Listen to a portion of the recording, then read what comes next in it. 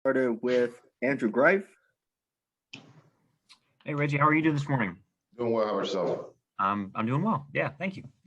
Hey, you guys have clinched a playoff spot last night with the Lakers loss. I guess just from now until the regular season's end, like, are there certain things you just want to see from this group that will kind of give you like a good feeling you guys are on the right track, everything moving in the right direction entering the playoffs? A few things just kind of on your mind at all?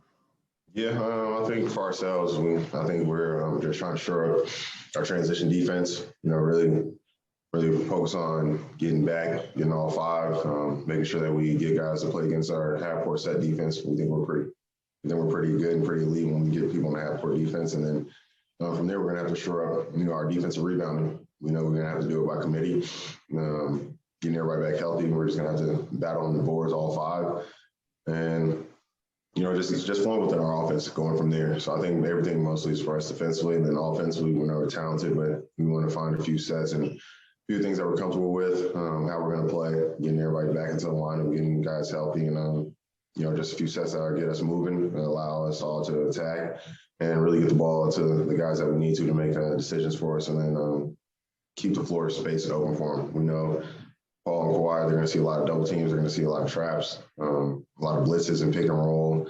So we have to use that to our advantage. We still need them to be very elite, and the rest of us, we have to be ready to play off their attacks. And then when we, of course, come in with Rondo, we want to run. So whenever he's in, he's a great facilitator for us, a great playmaker. And like I said, the rest of our talents, we want to continue to have them on display, but we want to shore up the way that we're going to play and figure things out more so defensively, and then just be good offensively. Like I said, not necessarily full sets, but have spots that we can get to and comfortability for everybody on the court. For sure. Thank you, man. Thanks. Go to Miriam. Hey, Reggie. How you doing? Doing well. How about yourself, Miriam? Good.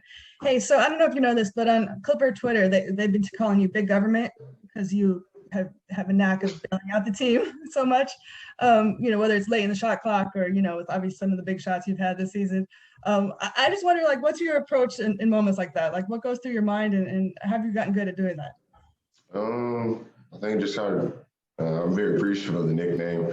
Hopefully I can live up to it, but more so just trying to be ready, always staying ready in the gym, just continue working on my game, and then just having confidence in myself. My teammates have tremendous confidence in me. They continue to instill it. Ever since I got here last year, they've harped upon me to just be myself. Just get back to being aggressive, and that's helping me, having their backing for the most part. I'm just ready to catch the ball whenever it is. I'm always trying to be ready to shoot, like I said, off the doubles that are coming from Paul and Kawhi, on swings. And then late in the game, I feel like I've just kind of watched the game, felt it out for 3 quarters, and I have a better understanding what's going on. So when it's in the fourth quarter, it's less thinking, and it's less more just being proactive and reactive, what the defense is giving us. And then, like I said, just trusting yourself in the moment, not trying to necessarily feel pressure. Understand that there's only 2 things you can do when you come out here and play. You can really win or lose. Offensively, normally you can either make a shot or miss a shot. I mean, you have a turnover, but not everybody else is either good or bad. So it's not too many options going from there, and that's kind of how I approach it.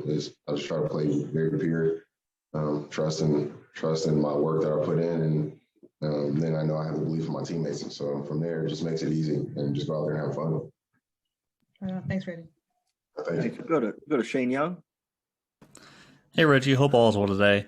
I'm just curious, even in the games he's not available to play, what have you learned or picked up from Pat Bev over the last year being with the team? Picked up Pat's just mentality, dog mentality. He's been first team all defense. He's had defense honors many times for a reason. Just being around him, seeing how he's always looking.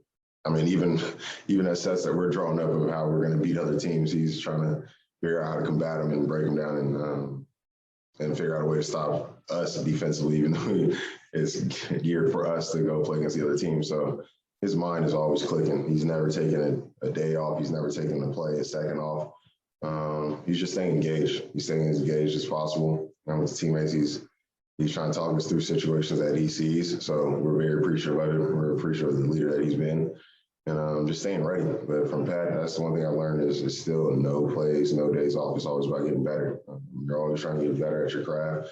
And you're just trying to stay ready for your moment when your name's called. Because I know it's been up and down, a tough season for him with injuries and everything going on. And all that he's wanted to come in and accomplish this year, and we still have a chance to accomplish a great feat as a team. But he's, like I said, he's been a great leader for us. He's been staying engaged. He's been staying here, and we know that he's always with us, and we're just hoping that he gets back here very soon. Honestly, as soon as possible. We want him back fully 100%, but as soon as possible, so that we can build some continuity, get rolling and hit the ground running and get ready for these playoffs. Thank you. Thanks. Go over to Law. Morning, Reggie. How you feeling? Good morning, Lawrence. How you doing? I'm doing well. So some big birthdays on the team. Ty Lue today, PG yesterday, and just wanted to know how with the days off and everything, like how did the team kind of get together for those two guys? Oh no, we got a good group chat. I mean, we got a group text. We've been texting guys. I think we're gonna try to nag Lou before we get a nice little practice in. Have a rookie sing him happy birthday. Try to make sure he feels loved, he feels appreciated around here. For Paul, it was our group chat was going up yesterday. Everybody wishing him happy birthday, joking around. I got to talk to him a little bit, so he got to see a few of his family members for it and celebrate at home. But we're gonna try to go out here. Unfortunately, we have the early celebration for Paul with the win against the Nuggets, but we're gonna try to go ahead and have a great day of practice today, and then I guess give him a late birthday gift and give Coach a late birthday gift starting tomorrow with a win against Toronto. Thanks. Go over to Paolo. Hey, Reggie, hope you're doing well. I'm curious, there's been a lot of talk about the playing game lately, and you guys aren't affected by it, but I'm wondering what your thoughts about it are, whether, you think it's fair or good for the league kind of going forward. Interesting. I really don't. It was interesting, I'm not going to lie. Maybe probably 2 weeks ago, I found out exactly how it works. So it's not something that's been in the back of my mind because not trying to necessarily be in the playing situation. With the year that we're having, I don't know, maybe for the league, it's very interesting. I'm not going to, it definitely seems like it's created a lot of dialogue and conversation. So it'll be interesting for myself to watch. I can't imagine playing it. It's got to be very difficult, possibly, especially if you feel like you solidified a certain seed, but you're competing for those last two spots. But yeah, I think that's more so for the guys who are going to be in that situation playing. Haven't tried it yet, haven't seen how it's going to work out. I know it's going to also affect, the top two seeds a little bit differently because you're waiting to see who you're going to be playing as well, who you're scheming for. So I guess in that sense, we've thought about it before, if we were up in one of the top two seeds, but like I said, I'm just kind of sitting back and watching how it's going to play out. See these extra games. It's been a crazy year altogether. So I think the NBA just try to find another way to make this more interesting and good for fanfare. So I'm hoping everybody gets some great games. You get to watch it. Mostly praying that everybody comes out of this healthy. You never want to see injuries throughout a season ever, and especially with these playing games. But just hoping, the teams go out there to compete, have fun, stay healthy, and best of luck to everybody. Thanks. And the last question for Cam. Hey, good morning, Reggie. Good morning, Cam. You mentioned earlier about kind of when Patrick Beverley comes back and the continuity that you guys need to find when players come back. How difficult is it for you personally to find that continuity with players in and out of the lineup when Kawhi's out, when Beverly's out, obviously, and when they come back? How difficult is that for you to find your rhythm? For myself, it's always a little change. I think for the whole year, I've kind of been filling in for guys. Unfortunately, we haven't had everybody throughout the whole year, whether it be, in terms of injuries and got to take guys back, restrictions, lineups have changed, getting new players.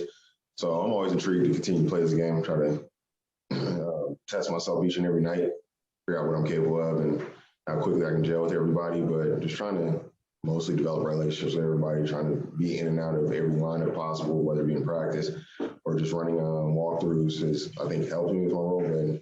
But it hasn't necessarily been easy, but I've just been trying to do my best with it. And mostly what makes it a little more easy, even though it's difficult, is just enjoying the game, like not necessarily having expectations, studying your teammates, knowing how each and every guy plays. And then I think coach is doing a great job of just giving us a template to play out of, so it allows at least myself to know spots. And I think for all of us, with the way these lines are going, it's not just for me, but even for Terrence Mann, for Luke, the year he's had, and for a lot of guys that, people are not necessarily talking about. Pat is, we're just trying to figure it out. And mostly we're trying to use our talents to go out here and contribute in any way possible, but having a clear sense of who you are and what you're capable of. And then I think we all kind of respect each other's talents and what each other does. And then also kind of helps, other than maybe T-Man and Luke having vets, about 9-10-year vets, is we played against each other. We've seen each other. We kind of know what each other does best. Being around each other for this a year and a half, we know how each other plays. So we can pick up on it quickly, even though we might have a few moments where we sputter here and there, just because we are switching lineups up. But we've been pretty vocal. I think everybody's talking to each other, and then that makes it easy, like I said, not just for myself, but for everybody with these lineup changes. Thanks, Reggie. Have yourself a great practice. Thank you. Y'all have a great one.